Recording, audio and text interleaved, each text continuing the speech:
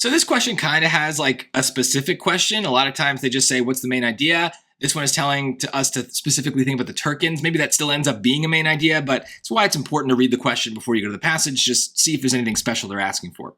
So the text is set in a Russian city referred to as the city of S. Okay.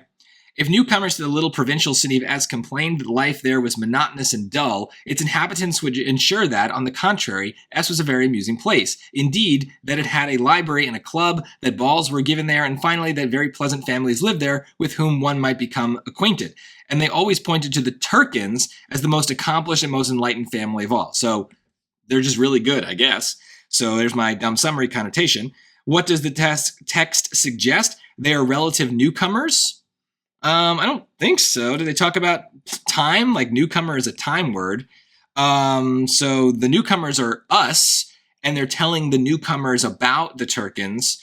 So it doesn't seem right. They have a unique status. Well, unique just means special. Are they special? They're the most accomplished and most enlightened. So maybe, I don't know. It doesn't seem wrong. I feel like I could justify that with the words that are there. They have long, another time word, long disliked living in the city of S. Well, disliked is a negative word. We just said this was positive. So why would I summarize a positive thing with a negative thing? That doesn't seem right.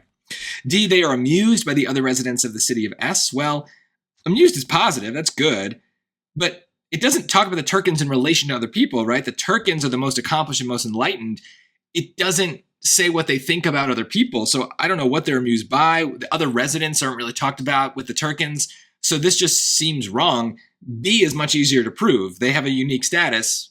Yes, they do. They're the most accomplished, most enlightened. Easy to point to that. Now notice that in other videos, I've talked about the word most being a problem word, right? It's a quantifier. It is a word that is usually associated with trap answers. And I would think that the word unique is also a word. You got to notice it is very often associated with trap answers. But in this case, we've got a strong word in the choice and similar strong words in the passage. They line up. And there we go. That's the purpose of strong words, is to give us ideas to go looking for back in the passage. And that definitely checks out here.